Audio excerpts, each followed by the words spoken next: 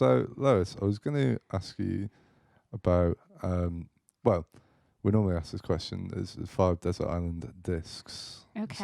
So this is music that you would take with you to a desert island. Right. So, I'd definitely take a controversial one, but I'd definitely take Aaliyah, Age is Just a Number. Okay. Age ain't nothing but a number. I'd take Rihanna. I don't know which one. Maybe Talk That Talk. I would take Neo, Year of the Gentleman. What tracks is on that album? The Neo album. Okay, so it's Miss Independent. Yeah. Which is very on brand. There's one of my favourite songs on that album is called The List, which is again an emotional. That's a piano vocal one. Nice. That's one that you sit at the piano, cathartic, I would say. Yeah. So many good songs. Closer. He is great. Like I saw him. Actually, I went to see him live. And he stopped the show halfway through because I think he was going through some heartbreak at the time. Oh. And it was my first gig I'd ever been to. No. It was MEN at the time, so Manchester Arena. Yeah. And he stopped the gig halfway through, and I thought it was like because it was coming up to like the emotional part, I thought maybe this is like a part of the show. And then all the lights came on. And I was like, oh my gosh. So he actually stopped the show and I had to go back again like years later. So... Yeah. That was dramatic. Wow, that's very dramatic. It's almost too dramatic. Yeah. Too dramatic. But they left you wanting more though, didn't they? Yeah, 100%. Yeah, I went back for more a few months later. Yeah. So I've got 2 more, haven't I? Whitney Houston would have to be up there, just because she's so amazing. And, what could be my final one? One thing I always say is like you got to think about the vibes, like in terms of like you can't have like all happy or all sad. Because you might be there a long time. Do you know what I mean? Yeah. So you got to like. I feel like Rihanna and Neo were good for them though, because they took you on a journey. They're a bit back and forth. Close in a desert island. I feel like I'm going to get judged for this because I've done very canvas pop. Hey, no judgment here. Whatever the hell you want. What would be my final? Do you want to have a little morbid take on the whole question? Oh God, I don't know. You could just pick one really, really sad album and just make your time there real short. George, sorry, that's dark, isn't it? Bloody hell! Do you know what? This isn't very on brand for me, but now you've said that, I think Coldplay X and Y is a good album. Okay, yeah. And I would love to see Coldplay live even now, even though that's people might not necessarily think that of me, but apparently they're pretty good live. But Chris Martin's not touring now because of the... Is he not? No, because of the air pollution. Air pollution. Oh, right. I think he's going to do it. Well, nobody's touring now, but... Yeah. Yeah, apparently. Maybe I'd take that album. Probably think of 10 more by the end of this podcast. Yeah, it's Sorry. one of them. I don't get what it is with like Coldplay because they seem to get a lot of stick. Do you know they what I mean? do, don't they? But they've written some great stuff, man. Yeah. You can't nail it every time. I think.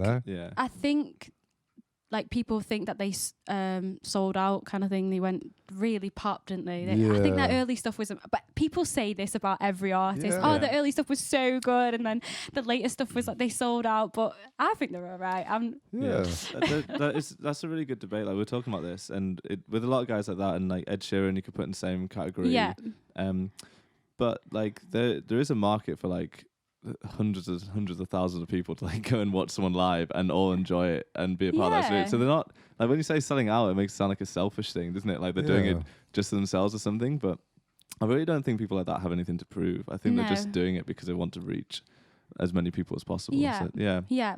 It's a hard one. It's strange, isn't it? That's a really good point.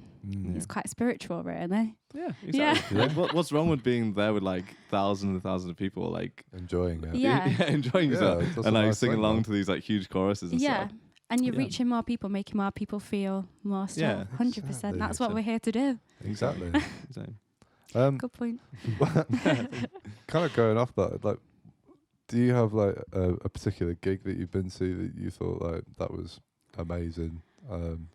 There's influenced you. Been a couple for me. I would say this is going to sound very cliche, but Beyonce and Rihanna were both up there for me. Just the showmanship and the passion was just like incredible. And obviously they're 2 really strong female artists in kind of the pop R&B lane and also the way that they both stay true to themselves, but manage to reinvent themselves of each time they tour is so amazing. But also, I can't answer this question without saying that I loved watching Billy Ocean live. He was absolutely insane.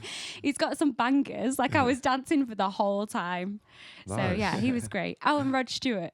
Rod Stewart as well. We were putting on some Rod Stewart the other day when I Yeah, we like a bit of Rod. Yeah, I love like an old school. It's actually really good. Like, Rod Stewart was really impromptu. Like, we weren't gonna like go out that night, and then we got to the hotel and it was like super busy, and we were like, "Why is it so busy?" And she was like, "Oh, Rod Stewart's performing later," and then we thought, "We've got to go." So we went, and it was amazing. He's so good. I was so impressed by Billy Ocean and Rod Stewart. I think it was the longevity of their career and how they were still so passionate and so good at what they do at that age. Like, I think especially nowadays you think, if you've not made it by 30, then you're not going to make it. But these people are just proving you can get up there at like 60, 70 and you can be the best in your lane. Age is just a number. Yeah. It's true. And Rod Stewart was a handsome man back in the day. Very handsome. You know, I've only seen like, later versions of Rod. I think George is pulling up a photo. Yeah, let's just pull up. Great hair as well, man. Yeah, just really powerful. I hadn't quite fully appreciated it until I was sharing all this stuff the other day. Great, like, fashion sense as well. Oh, there you. Oh, that's a belting picture. Handsome. Looks a bit like me. That's a bit disturbing. It's like your long lost family member. Go on, let's pull it up. Let's Ancestry DNA. Wow. Oh, camera 4, George. Hey. Handsome. Very handsome. Very small but handsome. I like the earring as well. Wow. Right. Why is that a look that people don't sport anymore? Yeah. Well, let's bring it back. It will. It'll come back. It'll come Next back. podcast. This is what. I was kind of back when your hair was long. That's what kind of wanted it. Yeah, it never quite went that way though. Did it? I think you need a lot of. That's a look. A lot of product. It's a powerful look. Yeah. Is that? Would you say is that a mullet then? Yeah, that's a mullet. No. Can we put it back up again? Mullet-ish. It is quite mulletish. It's heavy on the back, isn't it? I'd call that a mullet. Yeah. Short on It's a top. styled mullet. Kind of. Not like short back and sides, long back and sides, short on top. A classic long back and sides. That's great. Yeah, Rod Stewart. Would you say he's like a guilty pleasure for you, or you just like, no, Rod's cool? No, I'm just gonna own it. Not guilty. No. Not guilty. Love him.